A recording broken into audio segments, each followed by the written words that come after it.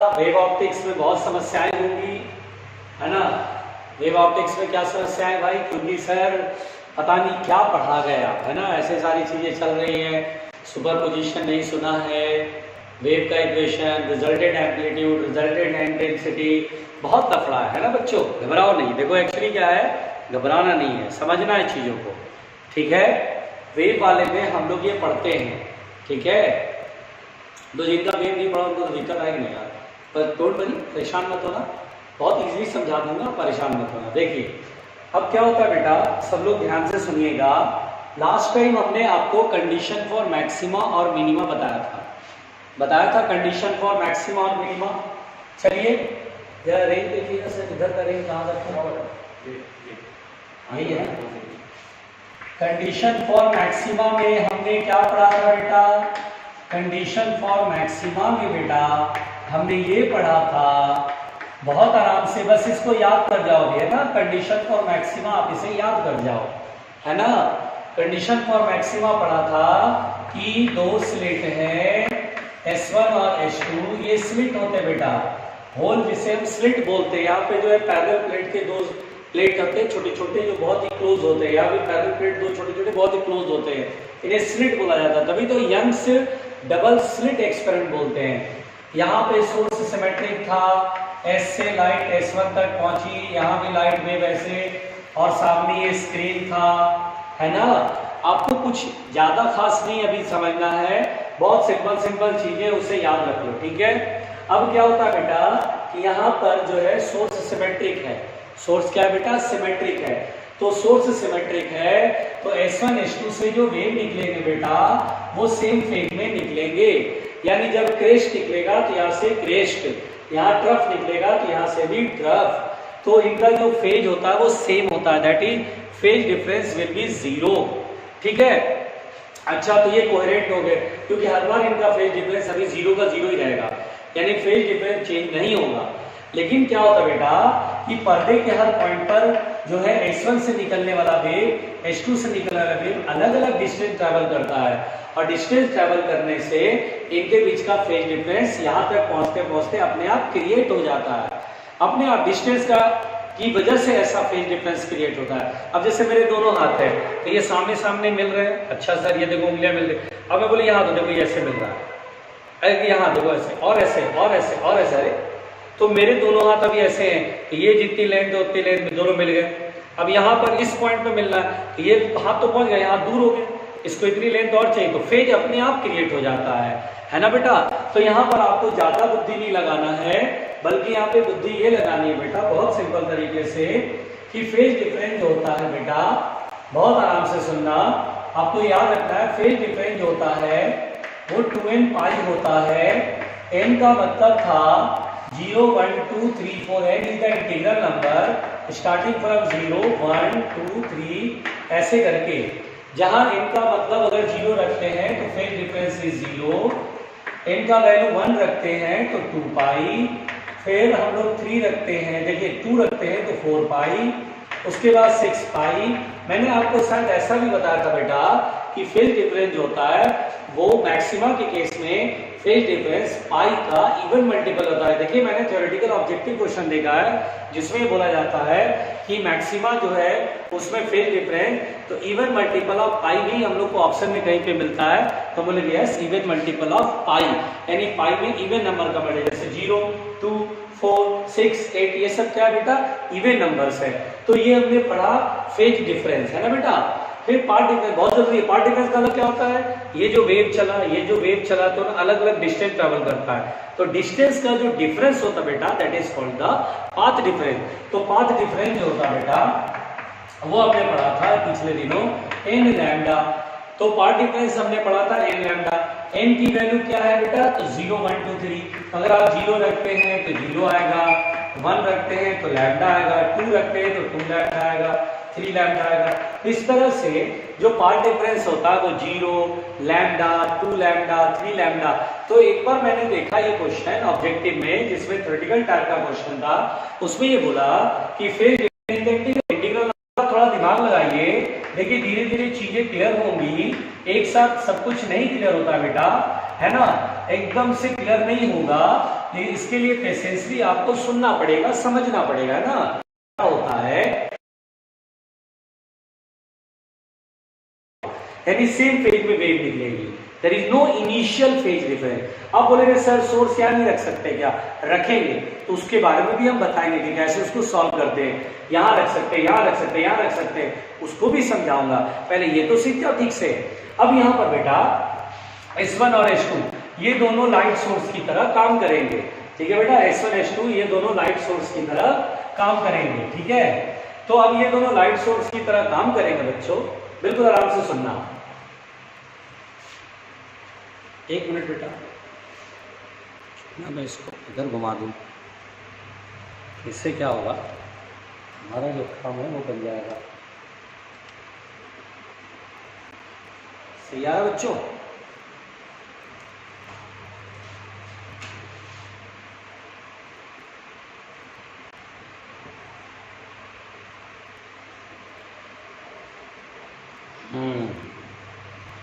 जोर से बोलो। ठीक है, इससे ये फायदा होगा ईमानदारी से। जोर से बोलो बच्चों, ईमानदारी से। अब देखो बेटा, तो मैं ये कह रहा था कि S1 S2 है, यहां पर ध्यान देना, S1 S2 है। अब जैसे सोच के देखो बेटा, पर्दे का ये सेंटर है, तो पर्दे का ये जो सेंटर है बेटा, तो S1 से जो लाइट वेव चलेगी और S2 से जो लाइट वेव चलेगी, क्या ये बराबर डिस्टेंस ट्रेवल करेगी? तो यस सर, बराबर डिस्टेंस ट्रेवल करेगी। तो यहाँ पर पार्ट डिफरेंस क्या होगा? 0 होगा। और जब पार्ट डिफरेंस 0 होता है तो ये मैक्सिमा बनाता है बेटा, यहाँ पर सेंट्रल ब्राइट मिलेगा B0। आ रहा समझ में? फिर जैसे मैं यहाँ से यहाँ आ गया, तो S1 से निकलने वाली लाइट और S2 से निकलने वाली लाइट, क्या अब देखो क्या पार्ट डिफरेंस का मतलब क्या होता है बेटा? ये वेव जो डिस्टेंस ट्रेवल करा और ये जो वेव डिस्टेंस ट्रेवल करा, इनका डिफरेंस। तो ये यहाँ पर तो देखो तो बराबर डिस्टेंस ट्रेवल कर रहा था, तो डिफरेंस बिकम 0, यानी पार्ट डिफरेंस 0। अब यहाँ पर बेटा S2 से निकलने वाली लाइट और S1 से निकलने लाइट अलग अलग डिस्टेंस ट्रेवल करेगी ना। हाँ सर, अलग अलग डिस्टेंस ट्रेवल करेगी। और जब अलग अलग डिस्टेंस ट्रेवल करेगी, तो अगर पार्ट डिफरेंस यहाँ पर लैम्डा हो जाता है बेटा, तो we get the first bright. हमें यहाँ पे फर्स्ट ब्राइट मिलेगा बेटा, यानी पार्ट डिफरेंस जब लैम्डा होता है तो we get the first bright. देख रहे हो? तो यहाँ पर बेटा अपने आप लैम्डा का डिस्टेंस सेपरेशन बनेगा, पार्ट डिफरेंस तो अपने आप फर्स्ट ब्राइट, फिर 2 लैम्डा तो सेकंड ब्राइट, 3 लैम्डा तो थर्ड ब्राइट, 4th लैम्डा तो फोर्थ ब्राइट, 5 लैम्डा तो 5th ब्राइट। ऐसे करके हम लोग देखते हैं कि हर पॉइंट पर अलग अलग पार्ट डिफरेंस बनता चला जाता है। तो जैसे देखिए लैम्डा पार्ट डिफरेंस होने पर अपने आप क्रेस्ट और क्रेस्ट टकराते हैं, कंस्ट्रक्टिव सुपरपोजिशन होता है, लाइट की एनर्जी ज्यादा होती है, तो बोलते हैं यार ब्राइट बन रहा है ना। तो this is a very simple concept जो कि आप धीरे धीरे समझ पाएंगे, क्वेश्चन बनाएंगे और भी समझेंगे, डेली रिवाइज करेंगे तो और ज्यादा अच्छा समझ जाएंगे। फिर यहाँ पर बेटा ध्यान से सुनिए, बहुत आराम से मेरी बात सुनिए। अब यहाँ पर कंडीशन फॉर मिनिमा पढ़ा था, याद है कंडीशन फॉर मिनिमा?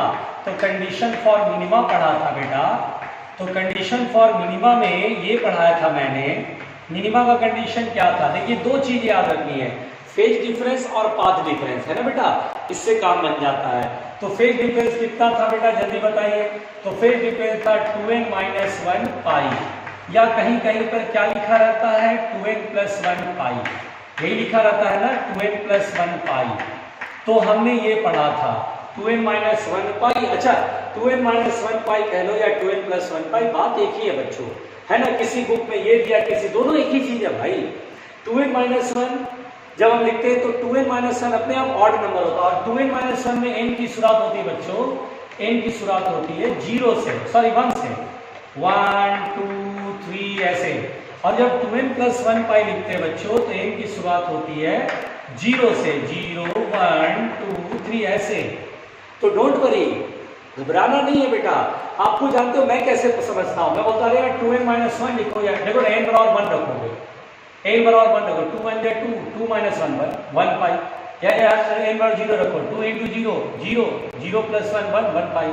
आना तो 1 पाई है, यानी पाई का ऑड मल्टीपल, पाई के मल्टीप्लाई में 1, फिर 3 फिर 5, फिर 7 पाई, ये this is the odd multiple of pi. हम लोग बोलते हैं सर एक्चुअली ना मिनिमा में ना phase difference odd multiple of pi, याद रखो मैक्सिमा में even multiple of pi. 2n 2 से गुणा करने पर ये इवन नंबर बन गया, 0, 2, 4, 6, 8 इवन, और ये 1, 3, 5, 7 odd number, odd multiple of pi. 2n + 1 बोलेंगे तो n की स्टार्टिंग 0 से होगी बस। अब जैसे पार्ट डिफरेंस, तो पार्ट डिफरेंस होता है डेल्टा x बराबर, पार्ट डिफरेंस और फेज डिफरेंस में रिलेशन सब लोग याद कर जाओ कि what is the relation between, जब अगर मुझे पार्ट डिफरेंस मालूम है तो फेज डिफरेंस कैसे निकालेंगे। तो डेल्टा x बराबर होता है lambda by 2 pi into phase difference, ये याद कर जाओ, यूनिट से याद करो। देखो lambda x sorry delta x क्या है, मीटर, यूनिट में मीटर होगा, तो लैम्डा भी मीटर में होता है, तो ये angle radian upon radian, radian घट जाएगा, एंगल घट जाएगा, मीटर बच जाएगा। कुछ लोग कंफ्यूज हो जाते हैं सर डेल्टा x बराबर कहीं 2 पाई बाई लैम्डा इंटू 5 का क्या था सर, तो नहीं भाई 2 pi upon lambda into 5 possible ही नहीं है। अगर आप गलत कर जाते हो, कंफ्यूज हो जाते हो बेटा, तो यूनिट से समझो ना, ऐसा यूनिट से समझो, यूनिट वाला मेथड। क्या ये हो पाएगा, तो नहीं होगा। क्यों सर, ऊपर एंगल, ऊपर भी angle, angle into angle, angle का स्क्वायर, रेडियन का स्क्वायर अपॉन मीटर, जबकि आना चाहिए था मीटर, इसलिए बेटा ये गलत है, ये सही है। बोलो क्लियर, आपको ऐसे याद रखना पड़ेगा, घबराना नहीं है बेटा, बस आप थोड़ी देर के लिए याद कर लो, ठीक। अब देखो ध्यान से, तो ये हुआ फेज डिफरेंस। पार्ट डिफरेंस यहाँ पर बेटा क्या होता है, तो पार्ट डिफरेंस होता है 2n - 1 लैम्डा बाई 2 या 2n + 1 लैम्डा बाई 2। कंफ्यूज मत होना बच्चों, मैं बार बार बोलता हूँ, है ना। 2n - 1 लिखेंगे तो n की शुरुआत 1 से करना, चूंकि माइनस में नहीं होता है, और यहाँ 2n + 1 करेंगे तो n की शुरुआत 0 से करना।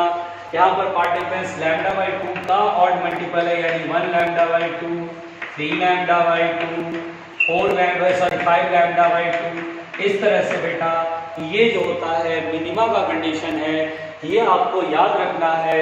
जिन लोगों ने याद नहीं करा है प्लीज इसे नोट कर लो, प्लीज इसे नोट कर लो बेटा।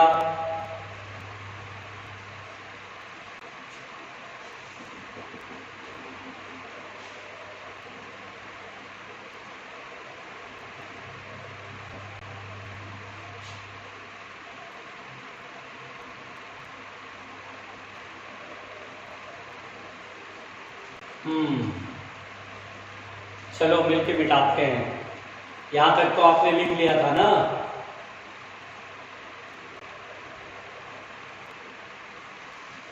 चल मिटाते हैं बच्चों।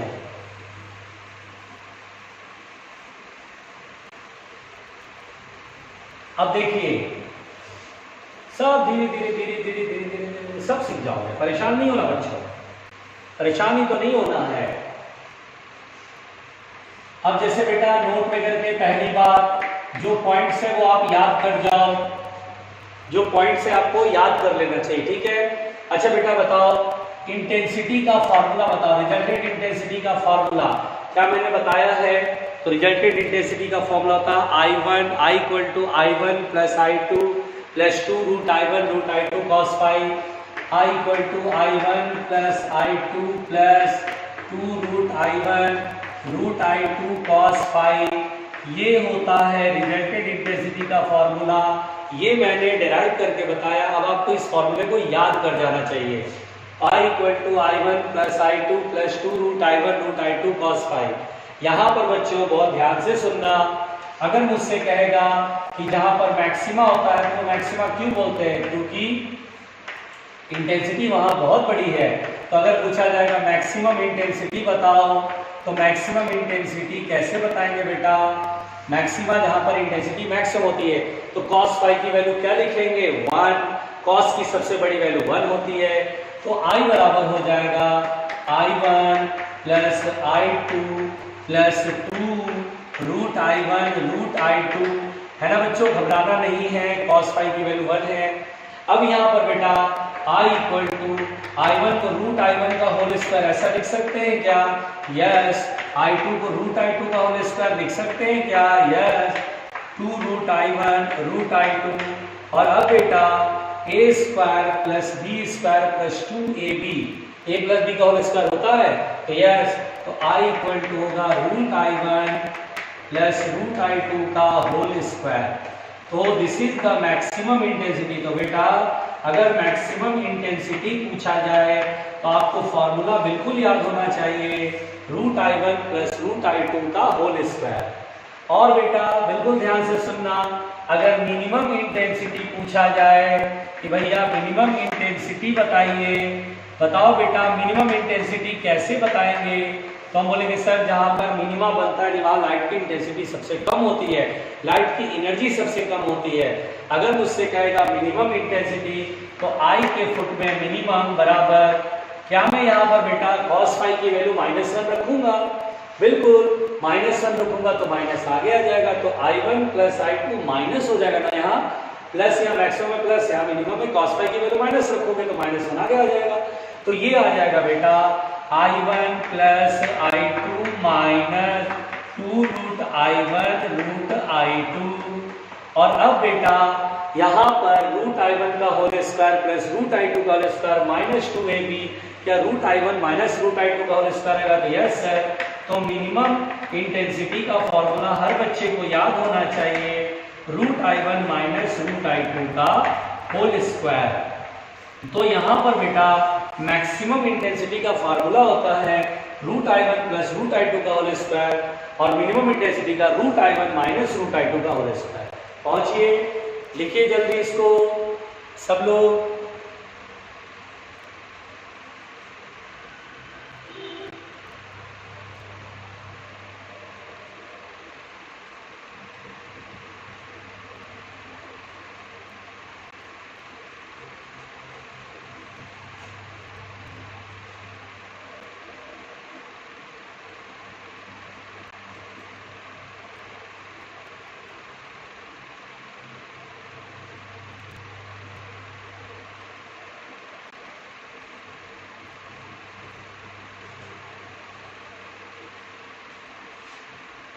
जल्दी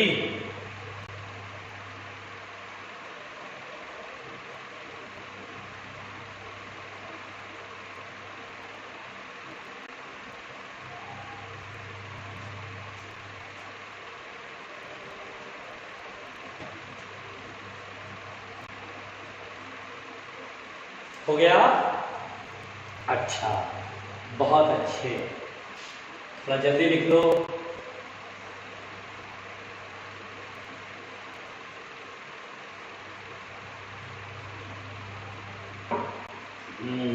चलो भाई, मिटाने का काम किया जाए, मिटाने का काम किया जाए।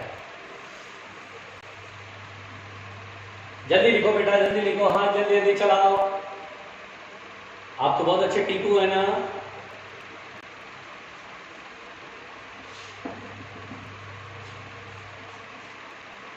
चलो मिटाए। कितनी अच्छी अच्छी बातें पढ़ रहे हैं नोट में करके ना, हम लोग नोट में करके बहुत अच्छी अच्छी बातें पढ़ते हैं। चलो आगे बढ़ते हैं। अच्छा बेटा बिल्कुल आराम से सुनो। अच्छा बेटा सेकंड पॉइंट, क्या हम ऐसे लिख सकते हैं मैक्सिमम इंटेंसिटी और मिनिमम इंटेंसिटी का रेशियो। अच्छा बताओ बेटा, मैक्सिमम और मिनिमम इंटेंसिटी का रेशियो, अगर मैं बोलूं रेशियो मैक्सिमम मिनिमम का, तो मैक्सिमम इंटेंसिटी का फॉर्मूला कितना होता है बेटा, √I1 + √I2 का whole square upon I minimum कितना होगा, √I1 - √I2 का होल स्क्वायर। देख रहे हो आप? तो यहाँ पर बेटा मैक्सिमम और मिनिमम का रेशियो। अच्छा एक चीज और, आप जानते हैं इंटेंसिटी a² के प्रोपोर्शनल होता है, डू यू नो? क्या मैंने इससे बताया बेटा कि इंटेंसिटी a² के प्रोपोर्शनल, एम्पलीट्यूड की स्क्वायर के प्रोपोर्शनल। अभी रेक्टिफिकेशन कर लो, वेव नहीं पढ़ा हुआ है कुछ लोगों का, इसलिए आप परेशान मत होना। इंटेंसिटी एम्पलीट्यूड जिस दिन वेव पढ़ोगे दिन आंखें खुल जाएगी कि अरे सर हम तो बहुत बड़े खतरनाक प्राणी थे, हम तो बहुत बड़े खतरनाक प्राणी थे, हमें ये तो ये नहीं पता था। लेकिन जिस दिन पता पड़ेगा बेटा उस दिन खुद ही समझ जाओगे, ठीक है, टेंशन नहीं लेने का। तो बेटा हम लोग यहाँ पर बेटा a², अच्छा दोनों तरफ √ कर ले तो √I = a बोल सकते हैं बेटा, दोनों तरफ स्क्वायर रूट कर ले तो √I और a² का रूट a हो जाएगा। बोलो सही लिखा? तो क्या मैं यहाँ पर I max upon I minimum को ऐसे भी लिख सकते हैं प्यारे बच्चों, प्यारे बच्चों, क्या रूट I1 को A1 लिख सकते हैं, रूट I2 को A2 लिख सकते हैं, A1 प्लस A2 का whole square upon A1 minus A2 का होल स्क्वायर। बोलो सही लिखा। देखो देखो रूट I1 है, जैसे root I proportional to A, root I1 पहले वेव की इंटेंसिटी है उसका स्क्वायर रूट, तो वो डायरेक्टली प्रोपोर्शनल है उसके एम्पलीट्यूड के, A1 लिख दिया। अब K लिखोगे तो K से K घट जाएगा, टेंशन नहीं लेने का। तो यहाँ पर बेटा ये इंटेंसिटी जैसे एम्पलीट्यूड कभी कभी दे देगा और बोलेगा मैक्सिमम इंटेंसिटी और मिनिमम इंटेंसिटी का रेशियो बताओ, तो this is the ratio in terms of amplitude, है ना, this is the ratio in terms of amplitude. पहुंचो बेटा ईमानदारी से।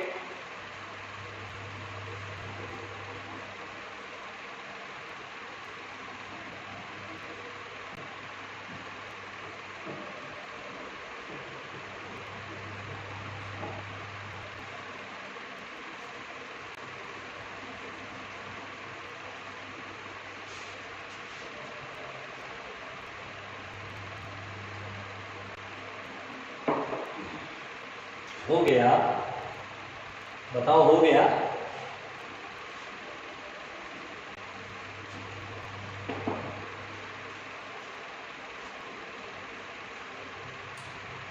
हाँ भाई मिटा दें, चलो मिटाते हैं।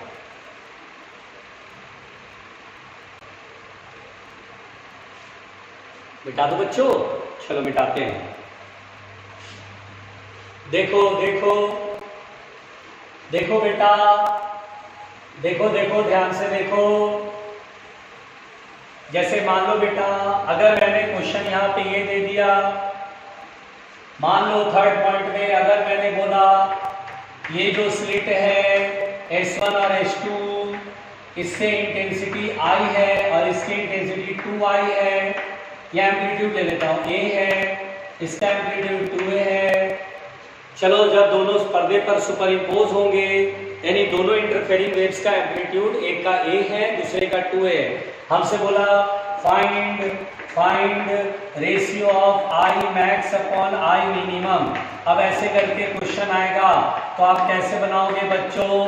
तो हम बोलेंगे सर वेरी इजी, हम बोलेंगे sir very easy, I max upon I minimum. ठीक है, हम बोलेंगे सर इंटेंसिटी दिया है क्या, दोनों वेव जो आपस में सुपर इम्पोज होंगे, तो नहीं।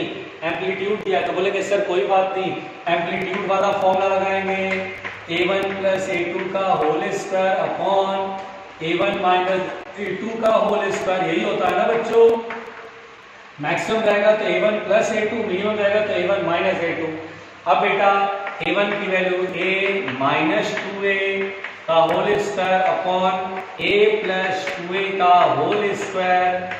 और अब बेटा यहाँ पर A में से 2A जाएगा तो माइनस A का होल स्क्वायर तो A स्क्वायर आ जाएगा। फिर A प्लस 2A है तो क्या होगा 3A का whole square, that is 9A square. A square से A square cancel out, 1/9 that is sir answer होगा 1:9। है ना बेटा, बहुत ही सिंपल नहीं है क्या? यस, बहुत ही आसान है। कृपया लिखिए इसे जल्दी।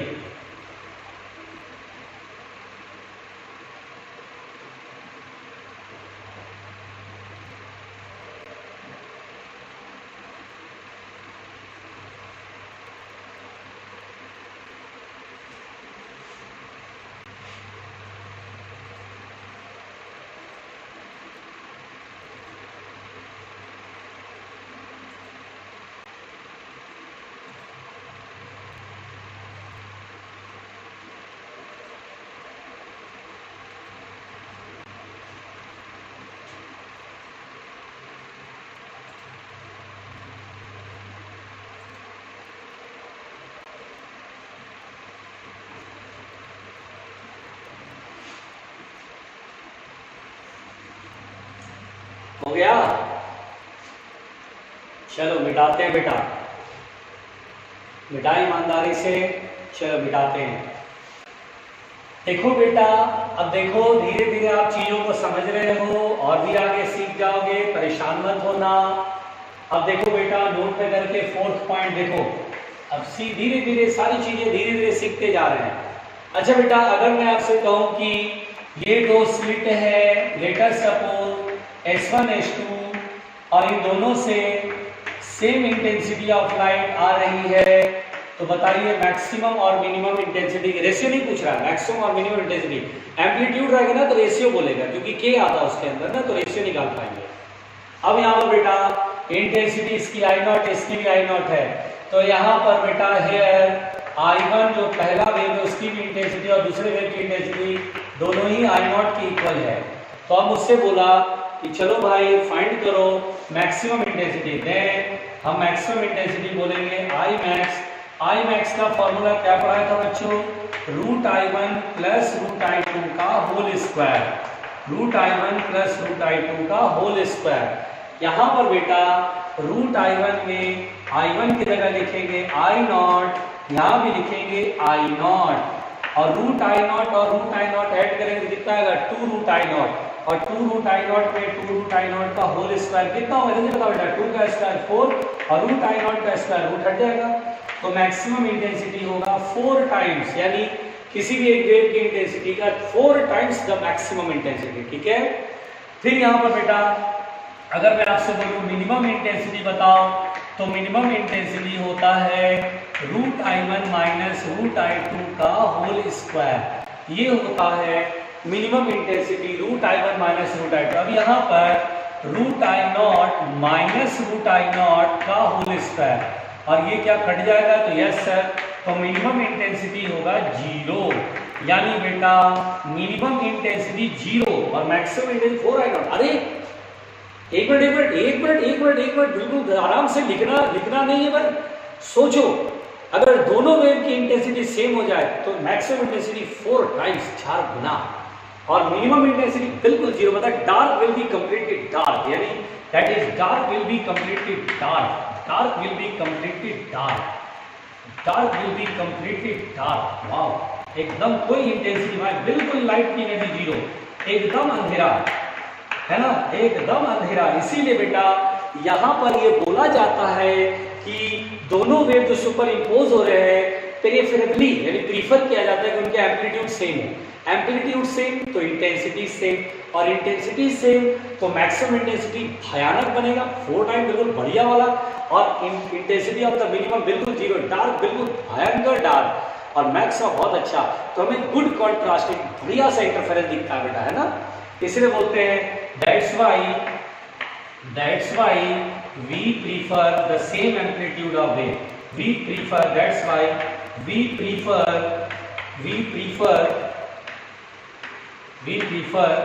the superposition of same amplitudes of the wave, superposition of same amplitudes, जिससे कि हमें बिल्कुल बढ़िया सा इंटरफेरेंस बने, यानी डार्क कंप्लीट डार्क, और मैक्सिमा तो पूछो ही मत, पूरा मैक्सिमा। तो प्लीज जल्दी से लिखिए बेटा इसे,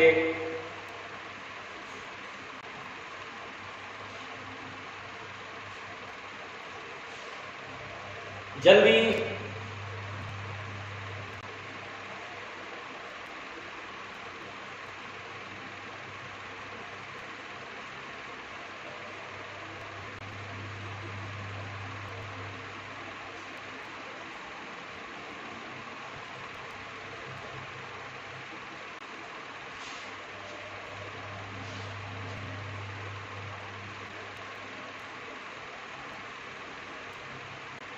जल्दी कृपया लिखिए, डरिएगा नहीं बच्चों, घबराइएगा नहीं बच्चों, ईमानदारी से पढ़िएगा।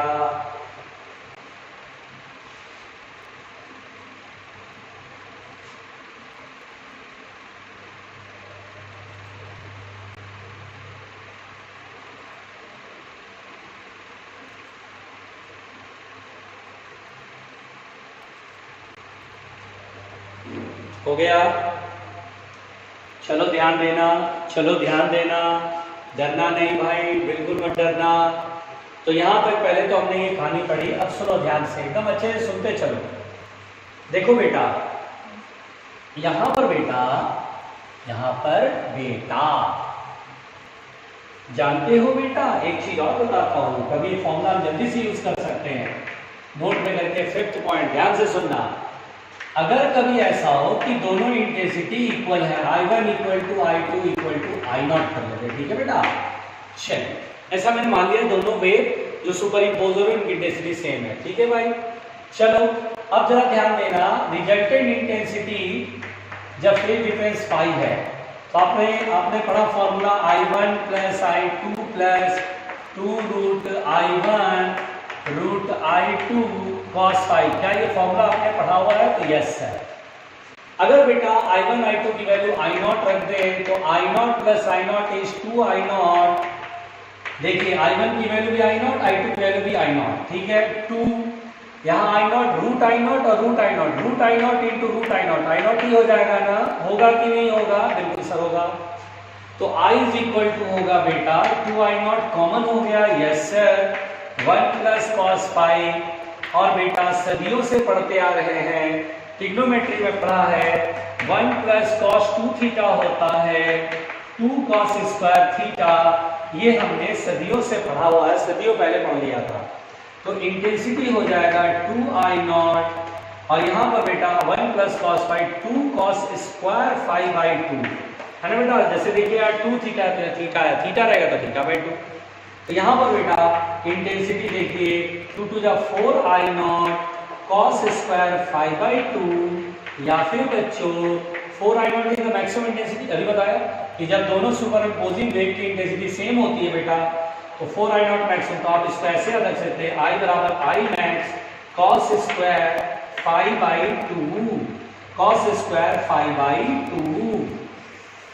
तो ये फॉर्मूला बहुत यूजफुल है बेटा, हम बहुत जगह लगाएंगे और आप खुद बोलेंगे अरे सर ये आपने कब पढ़ा है। तो बहुत सारे लोग तो भूल जाते हैं, जाहिर सी बात है ना। तो पहुंचिए, खैर लिखिए, जरा जल्दी लिखिएगा, इंतजार कर रहा हूं बेटा, जल्दी जल्दी पहुंचिए।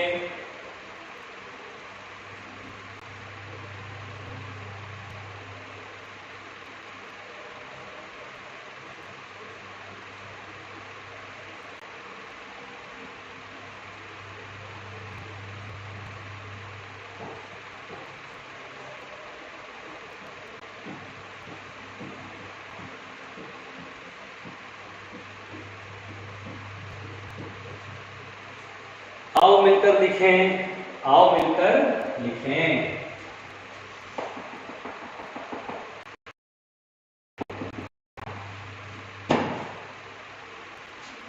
जल्दी जल्दी कृपया, जल्दी जल्दी कृपया।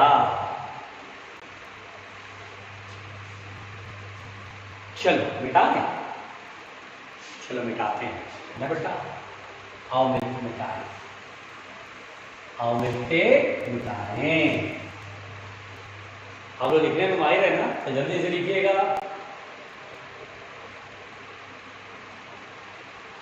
खतरनाक प्राणियों देखिए, अब सुनिएगा बेटा, ध्यान से मेरी बात सुनिए, ध्यान से मेरी बात सुनिए। यहां पर जो मैं बोलने जा रहा हूं अगला पॉइंट, 6th पॉइंट।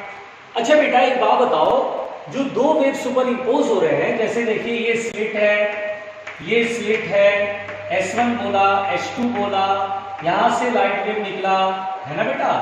तो मैंने बोला यार इसकी इंटेंसिटी इक्वल है, इंटेंसिटी जब इक्वल है तो एम्पलीट्यूड भी इक्वल है, इंटेंसिटी अलग अलग है, ऐसा कुछ होता है ना बेटा।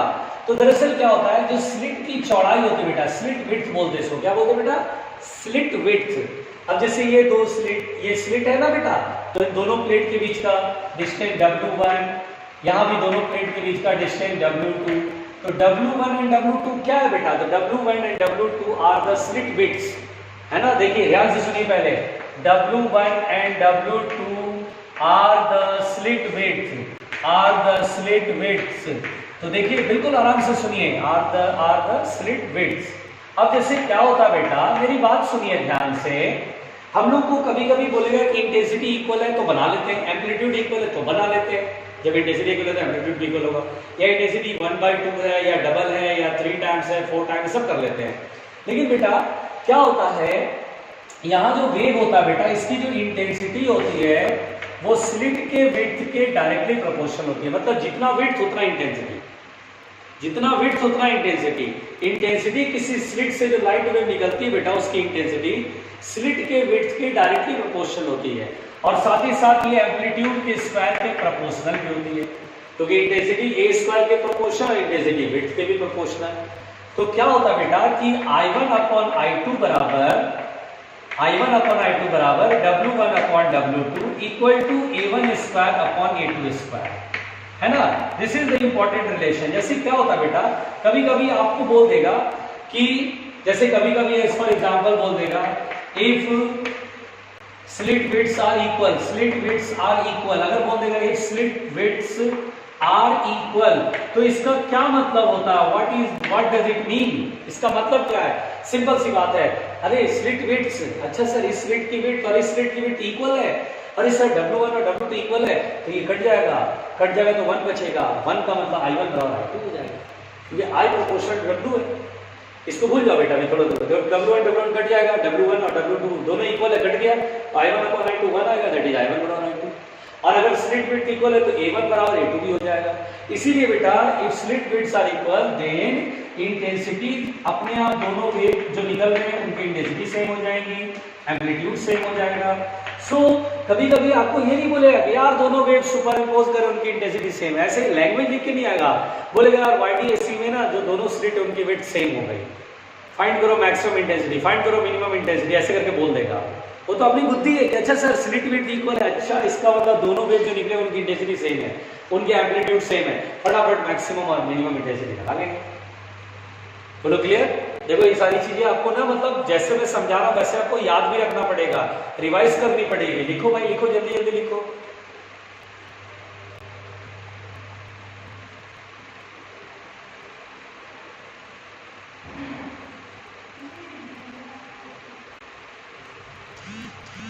लिखे भाई लिखे, ईमानदारी से लिखे, लिखे भाई लिखे, ईमानदारी से लिखे।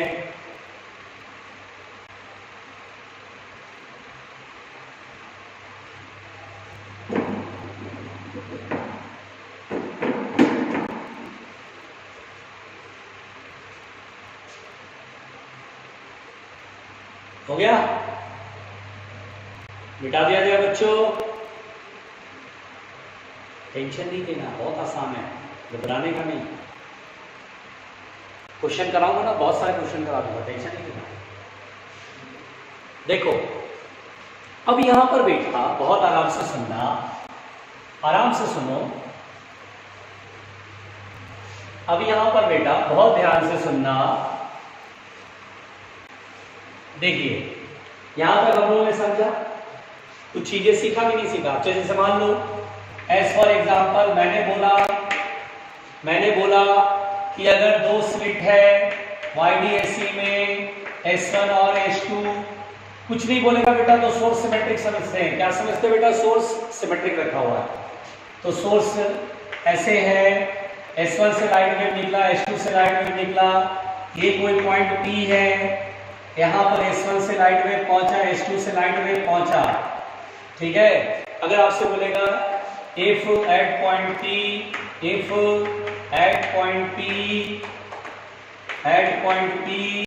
the path difference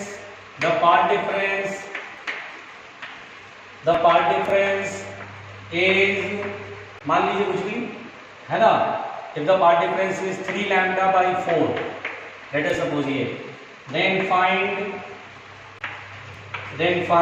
intensity at P, P पर इंटेंसिटी फाइंड कीजिए, है ना बेटा। और ये बोला है कि दोनों से जो इंटेंसिटी निकल रही है वो इक्वल इंटेंसिटी निकल रही है।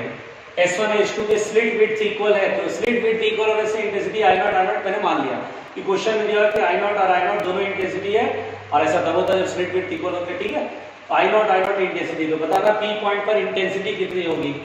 तो बोलेंगे देखो सर इस क्वेश्चन को कैसे बनाएंगे बच्चों, बिल्कुल आराम से सुनना, इस क्वेश्चन को कैसे बनाएंगे। तो देखो सबसे पहली बात बेटा मुझसे कह रहा है find intensity at P point पर इंटेंसिटी, तो इंटेंसिटी जो रिजल्टेंट इंटेंसिटी उसका फॉर्मूला क्या होता है बेटा, I1 plus I2 plus 2 root I2 cos phi, ये होता है ना, ये होता है ना।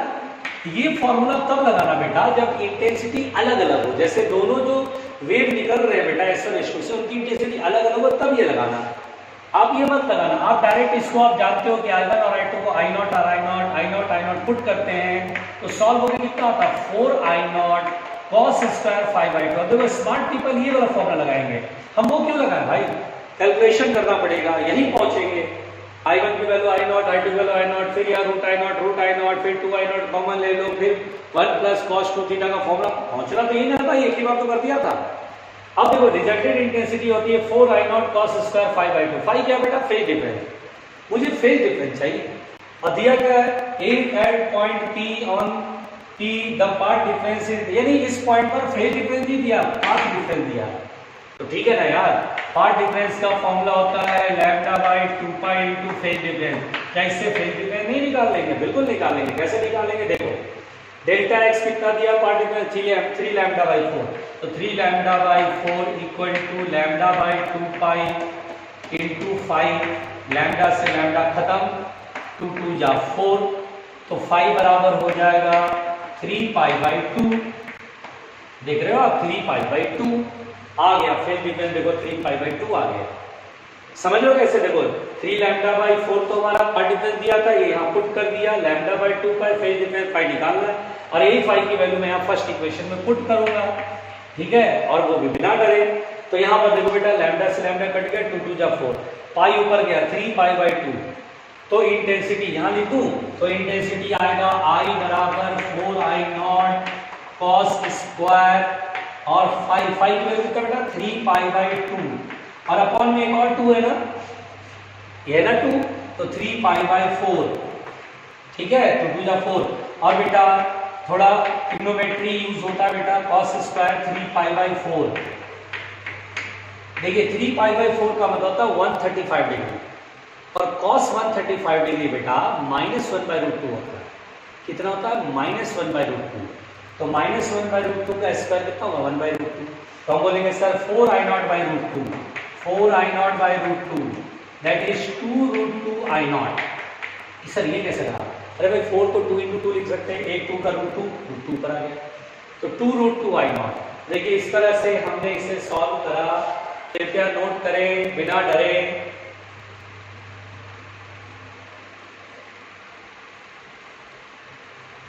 घबराना नहीं बेटा, बहुत ही सिंपल चल रहा, मैं पहले बता रहा हूं,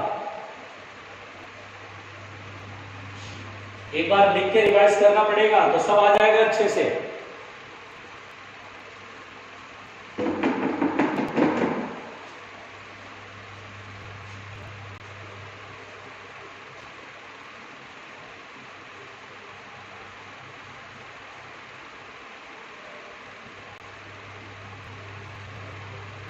आओ मिलके मिटाएं,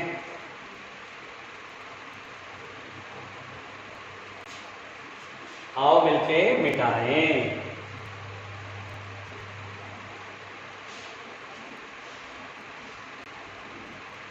चलो चलो चलो मिटाते हैं, चलो भाई। अच्छा लिखो लिखो, जान दे देंगे मुझे, लिखो भाई लिखो, ईमानदारी से लिखो, लिखो लिखो।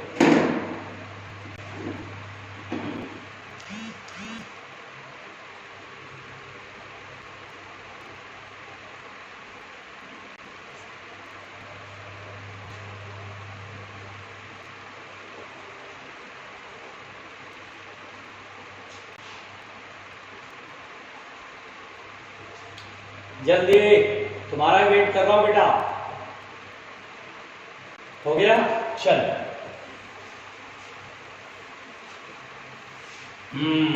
बहुत ही टफ, खतरनाक, एकदम जानलेवा, भयानक क्वेश्चन था जिसको हम लोगों ने सॉल्व करा प्यारे पहलू। अच्छा बेटा, यहाँ पर और भी क्वेश्चन कराएंगे, बहुत सारे कराएंगे, डोंट वरी रहना, बस थोड़ा सा और पढ़ाते हैं ना, जिससे कि सवाल आपसे डिफरेंट बनने लगे। आप परेशान मत होना बेटा, जो करा रहा हूं यहाँ से सीखना, ठीक है। अब देखो बेटा, अब यहाँ पर हम लोग position of maxima and minima, हम लोग बेटा मैक्सिमा और मिनिमा की पोजीशन पढ़ेंगे।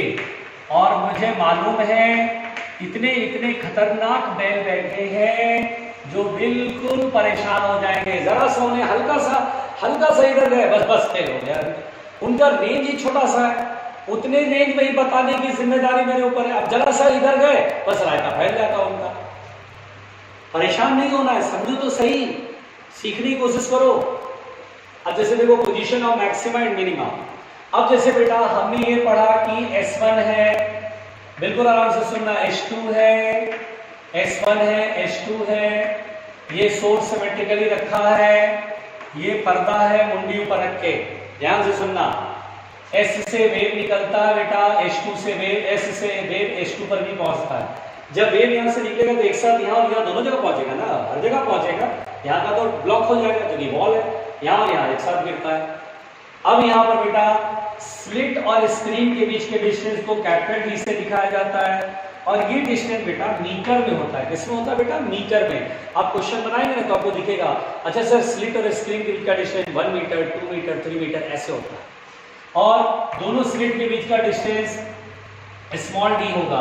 क्या होगा बेटा? Small D. यहाँ पर बेटा स्मॉल डी मिलीमीटर में होता है, यानी बेटा स्मॉल डी बहुत ही छोटा होता है। S1 S2 के बीच में जो गैप होता है वो क्या होता है बेटा? छोटा होता है। What is D? Small D का मतलब होता है distance between the two slits, यानी दोनों स्लिट के बीच का डिस्टेंस है, सेपरेशन है। क्लियर? यहाँ पर बेटा मैं लिख देता हूँ D is very very greater than small D. Clear? अब जैसे मैं समझा रहा हूँ ध्यान से सुनना।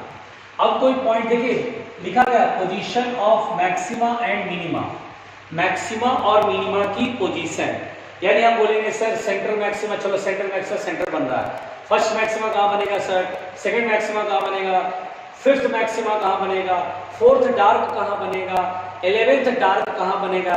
स्क्रीन पर मैक्सिमा मिनिमा अल्टरनेट होता है ना बेटा, तो अब कहाँ बनेगा sir fourth dark, 11th bright, 12th dark, ऐसे करके पूछा जाता क्वेश्चन।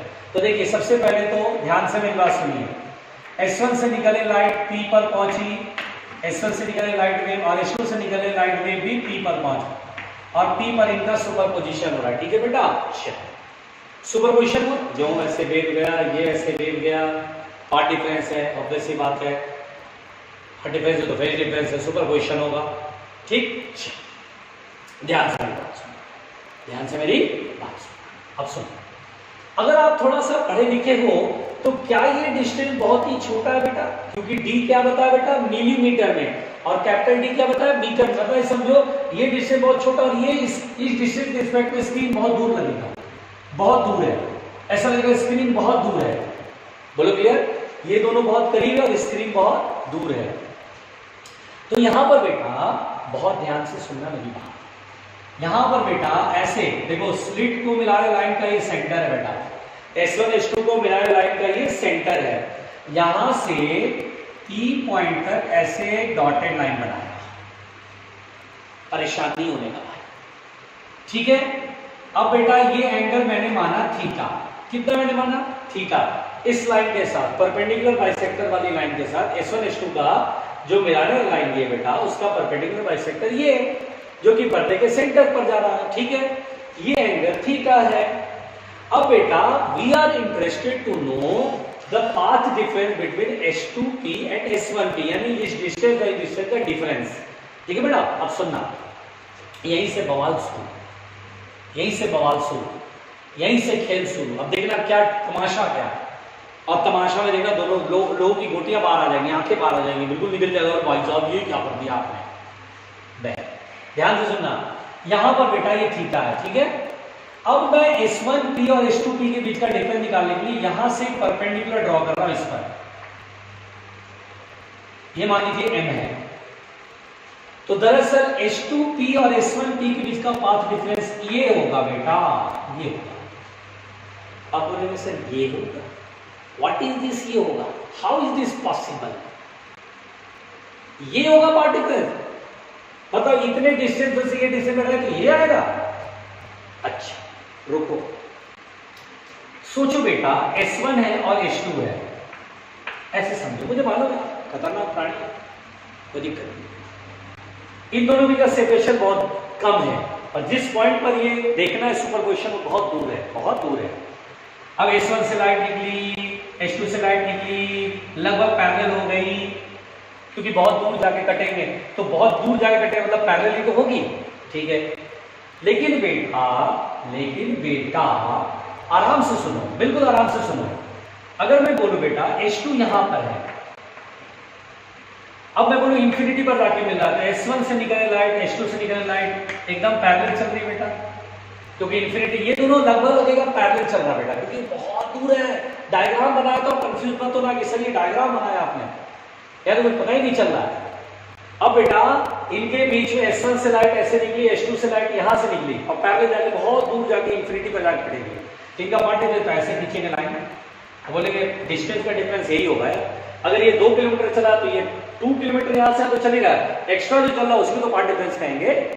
इतने बड़े डिस्टेंस में से ये डिस्टेंस घटाओगे तो यही आएगा ना, यहां समझ में। एक्चुअली क्या हो रहा है बेटा, बिल्कुल ध्यान से सुनना, वही बात है। मैंने क्या बताया, S1 ये है और H2 ये है, और मैं सुपरपोजिशन यहां नहीं कहीं यहां देख रहा हूं। तो S1 से निकलने लाइट पैरेलल और H2 से निकलने लाइट भी लगभग पैरेलल, इसको पैरेलल समझो। ये जो मैंने ऐसा बनाया बेटा उसे पैरेलल समझो, पैरेलल क्या समझो बेटा, पैरेलल। तो पार्ट डिफरेंस क्या कहता है, ऐसे परपेंडिकुलर प्लॉट करेंगे, ये जो होगा वो पार्ट डिफरेंस हो। ये आप समझिएगा पैरेलल चल रहा है। ये मैंने यहां दिखाया कि ऐसे जाके मिल गया, तो एक्चुअली स्क्रीन बहुत दूर है, ये कैपिटल D मीटर में और ये मिलीमीटर में बहुत करीब है, ऐसा का बहुत दूर जाके मिला। थोड़ा सा अजीब लग रहा होगा ना कि ये पैरेलल है, हाँ सर ये बहुत दूर है इसलिए पैरेलल हो जाए। तो डायग्राम में तो मैंने ऐसा बनाया तो बनाया, लेकिन एक्चुअली में क्या होता है, बहुत दूर होता है, ये मीटर में होता है, और ये क्या होता है बेटा, मिलीमीटर में। इसके लिए ये बहुत दूर लगता है, इस सेपरेशन के रिस्पेक्ट में सेपरेशन बहुत दूर होता है, ऐसा मतलब बहुत दूर जाके मिल रहा है। क्लियर? तो यहाँ पर बेटा ये जो होता है यही एक्स्ट्रा डिस्टेंस होता है ना, यहाँ से यहाँ 2 किलोमीटर, ये भी 2 किलोमीटर, यहाँ से लेके यहाँ तक 2 किलोमीटर, तो एक्स्ट्रा जो चला इसी को तो पार्ट डिफरेंस क्या होता है, डिस्टेंस का डिफरेंस, डिस्टेंस का डिफरेंस। तो this is the path difference. अब आपको याद आया, समझ में आया, इसको याद रखना, इसको याद रखना। अब मेरे को पार्ट डिफरेंस अगर मैं बोलूं S1 से निकलने लाइट P पर पहुंची और H2 से निकलने लाइट P पर पहुंची, पार्ट डिफरेंस को क्या करना है, यहाँ से परपेंडिकुलर। ये 90 डिग्री ये भी होगा कि नहीं होगा, जल्दी बताओ। ये भी 90 होगा, ये भी 90 होगा, पूछो क्यों, क्योंकि दोनों पैरेलल है यार। देखो एक्चुअल पिक्चर ये है, ये पिक्चर बनाना जरूर, लेकिन एक्चुअल पिक्चर ये है, S1 से लाइट पैरेलल, H2 से पैरेलल, आपस में पैरेलल। यहाँ ये जो लाइन ऐसे खींचते हैं तो ये 90 डिग्री, ये भी 90 डिग्री, यहाँ के बाद ये डिस्टेंस सेम है, एक्स्ट्रा ये डिस्टेंस है। थोड़ा सा समझ में आया? तो घबराना नहीं है बेटा, बिल्कुल नहीं घबराना। हाँ, तो अगर मैं यहाँ 90 डिग्री लिख दूँ और यहाँ 90 डिग्री हो तो एनी प्रॉब्लम? नो प्रॉब्लम, दोनों तो पैरेलल है सर, आपने मिला दिया लेकिन है तो पैरेलल ना, यस। अब बेटा अगर ये थीटा एंगल बना रहा है तो ये भी थीटा एंगल बनाएगा, क्यों भाई, ये लाइन P तक इंफिनिटी तक गया और ये इस लाइन से थीटा बना रहा है, ये थीटा बनाएगा ऑब्वियसली, क्योंकि ये दोनों लाइन आपस में पैरेलल है। फिर कंफ्यूज हो गया, फिर देख रहा होगा जाके मिल गया सर, कहां पैरेलल है सर, मैं बार बार बोल रहा हूं ये बहुत दूर है। हाँ, अब ये थीटा है और ये 90 डिग्री है, तो क्या ये 90 माइनस थीटा होगा, जल्दी बताओ, जल्दी जल्दी जल्दी बताओ, क्या ये 90 माइनस थीटा होगा? यस सर, क्योंकि ये 90 डिग्री पूरा ये थीटा, तो ये 90 माइनस थीटा।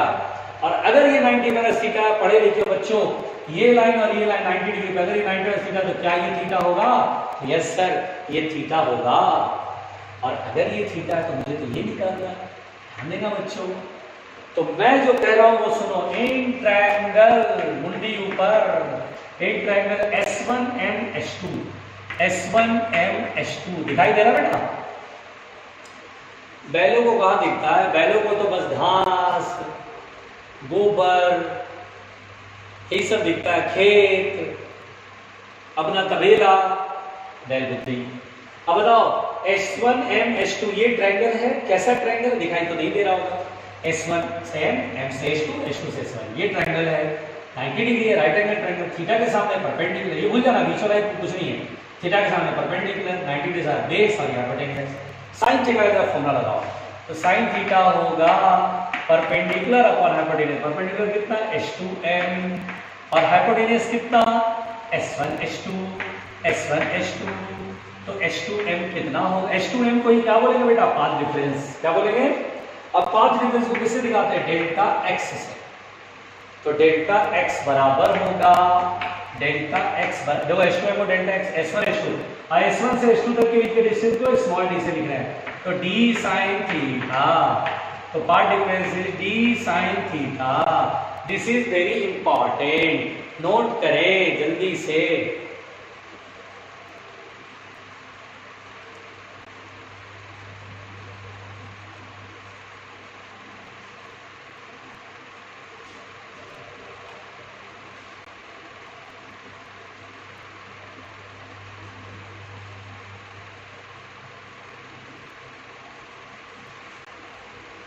लिखो लिखो लिखो, आओ मिलकर लिखें, आओ मिलकर लिखें।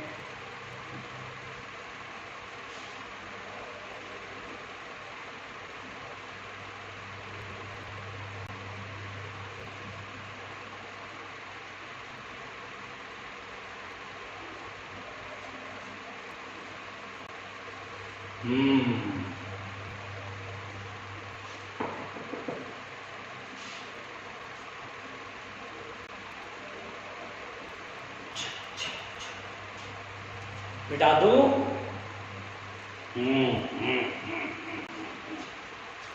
चलो बेटा मुंडी ऊपर करते हैं,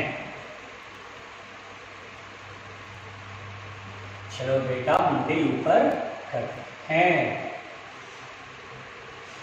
बड़ा खतरनाक था भाई, बड़ा खतरनाक था। फिर से बना दूं, S1 H2, मुझे मालूम है मैंने गलत टाइम में मिटा दिया है ना बेटा, आप तो खतरनाक प्राणी है ना। ये S1 H2 का डिस्टेंस D, ये कैपिटल D, प्यारे बैल, ये T, ये परपेंडिकुलर प्लॉट कर दिया, ये M, और ऐसे करके लाइन मिलाया, ये थीटा था ना, थीटा, और ये थीटा था, ये 90 वाला थीटा, तो ये थीटा आया था। चलो लिख लो, डायग्राम तो बनाया भी नहीं होगा, चलो मैं लिख दिया दोबारा से, मैं गलत टाइम में मिटा दिया, लोग जान दे रहे होंगे।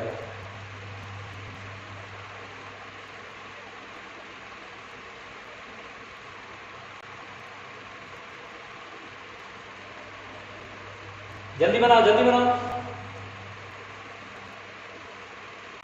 ये पार्ट डिफरेंस है डेल्टा एक्स,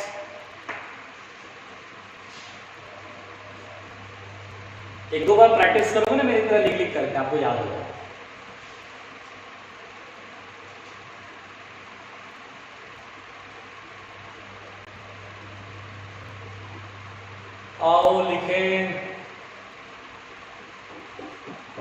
आओ लिखें, मिटा दे बच्चों, चलो मिटाते हैं। देखो बेटा एक चीज आप यहां पर समझो, जरा ध्यान देना जो मैं आपको अब समझाऊंगा। देखिए चीजें यहाँ पर बहुत अच्छी समझ में आई, डायग्राम एक ही बार बनाना है, डोंट वरी। मैं बार बार इसलिए बना के दिखा रहा हूं ताकि आपके दिमाग में छप जाए चित्र। क्या बनाया, S1 H2 यही बनाया, S लाइट निकला, फिर से बना दे रहा हूं। क्या स्क्रीन बहुत दूर होता है, यस। स्लिट से स्क्रीन के बीच के डिस्टेंस को किससे रिप्रेजेंट करते बेटा, कैपिटल डी। स्लिट और स्क्रीन दोनों स्लिट के बीच का डिस्टेंस क्या बहुत छोटा होता है, यस सर। किसमें होता है, मिलीमीटर। ये किसमें होता है, मीटर। पी पॉइंट पर क्या ये बहुत दूर है, यस। S1 से निकले लाइट और H2 से निकल लाइट क्या आपस में पैरेलल होंगी, यस। ऐसा लगेगा बिल्कुल पैरेलल दूर जाएगा। ये एंगल थीटा यही था ना, पार्ट डिफरेंस हमने देख लिया, निकाल लिया। पार्ट डिफरेंस के लिए परपेंडिकुलर ऐसे प्लॉट कर लिया, और ये पार्ट डिफरेंस था, यही था ना बेटा, यही था ना बेटा, यही डायग्राम बनाया ना, घबराना नहीं। ये पर्दे का सेंटर है O, तो ये पॉइंट P। अगर कहीं ऐसा हो if theta is very small, अगर मान लो बेटा इंटरफेरेंस पैटर्न बहुत पतले में ही बन रहा, बहुत कम रेंज में बन रहा, बहुत कम चौड़ाई में बन रहा, इतने में बन गया, बहुत छोटे रीजन में बन गया, यानी थीटा बहुत छोटा होगा, बहुत छोटे रीजन में, इतने में इंटरफेरेंस बन गया, सब पूरा इंटरफेरेंस मैक्सिमम मिनिमम मैक्सिमम इतने में ही है, बहुत छोटे रीजन में, तो थीटा क्या होगा बेटा, बहुत छोटा होगा। अगर ऐसा हो कि theta is very small, if theta is very small, theta is very small, है ना बेटा। इस पॉइंट को कुछ मान लें, चलो क्यू मान लेते हैं, इस पॉइंट को क्यू मान लेते हैं, ठीक है। तो अगर थीटा बहुत छोटा होता है बेटा, पोजीशन बताना है, मान लो इस पॉइंट की पोजीशन सेंटर से y है, हर फ्रिंज की पोजीशन में पर्दे के सेंटर से बताऊंगा बेटा, पर्दे के सेंटर से y डिस्टेंस, ठीक है, बिल्कुल आराम से सुनना।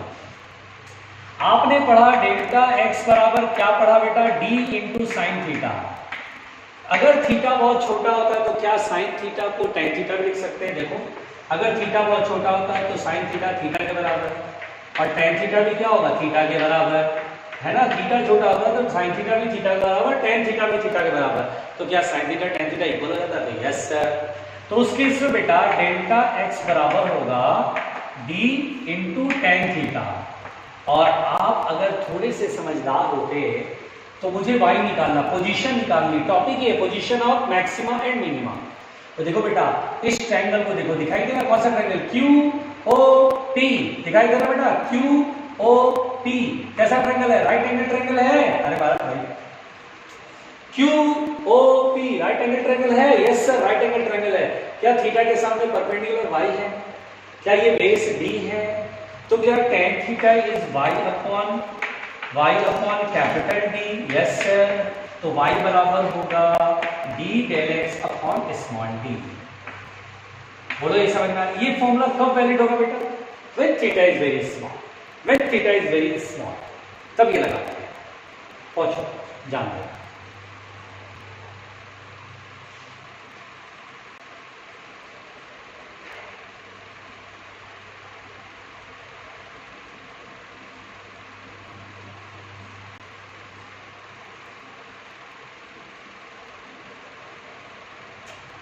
जल्दी जल्दी लिखे,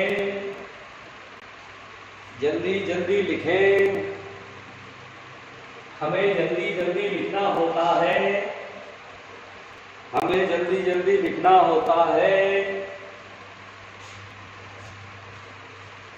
बहुत ही पंगा है, बहुत ही पंगा है।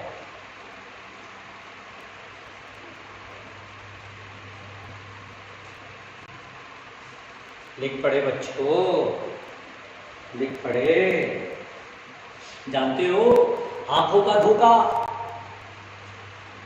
थीटा जब छोटा होता है तभी फॉर्मूला लगता है, अदरवाइज ये फॉर्मूला y बराबर d del x upon small d नहीं लगेगा, है ना। कब लगाना है, जब थीटा बहुत ही छोटा।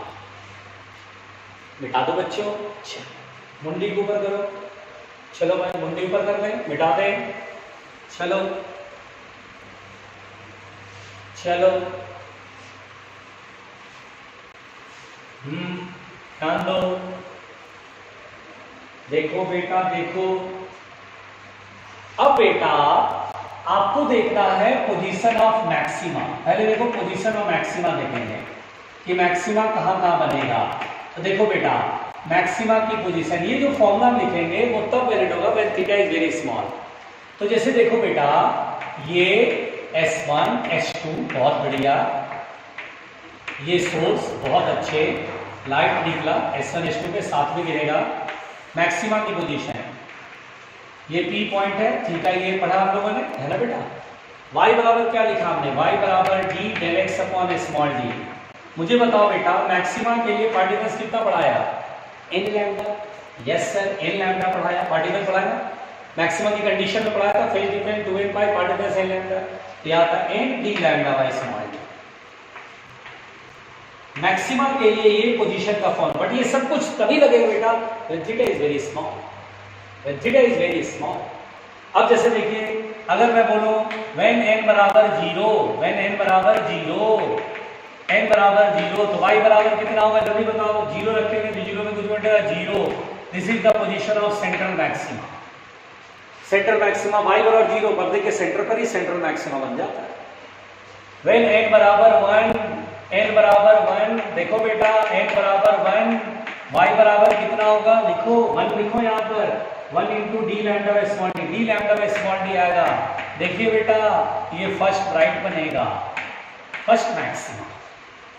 n बराबर 2, n बराबर 2, n बराबर 2, पर्दे का सेंटर यहाँ से y मेजर करके बेटा, ये पर्दे का सेंटर O, सेंट्रल मैक्सिमा देखो सेंटर पे ही बन रहा है, y बराबर 0 आया। अब यहाँ पर बेटा n बराबर 2, y बराबर n की वैल्यू 2 रखो, 2d lambda by d that is second. देखो ना बहुत सिंपल है, बताओ कैसे। जैसे बोले फर्स्ट ब्राइट तो n की वैल्यू 1, सेकंड ब्राइट तो n की वैल्यू 2, थर्ड ब्राइट तो n की value 3, tenth bright, tenth maxima या मैक्सिमा को ब्राइट भी बोलते हैं, bright fringe, tenth bright fringe की पोजीशन बताओ। टेंथ ब्राइट फ्रिंज n बराबर 10 रख लो, इस फॉर्मूले में n बराबर 10 रख लो। 25th ब्राइट फ्रिंज n बराबर 25 कर लो, सिंपल। पांच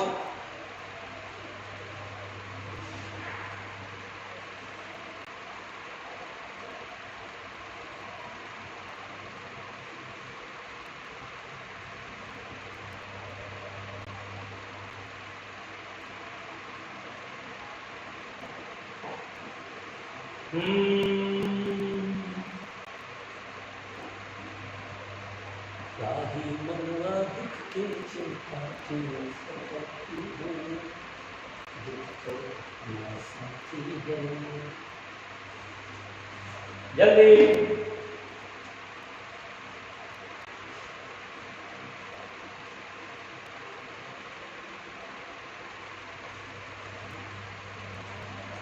लिख पड़े बच्चों।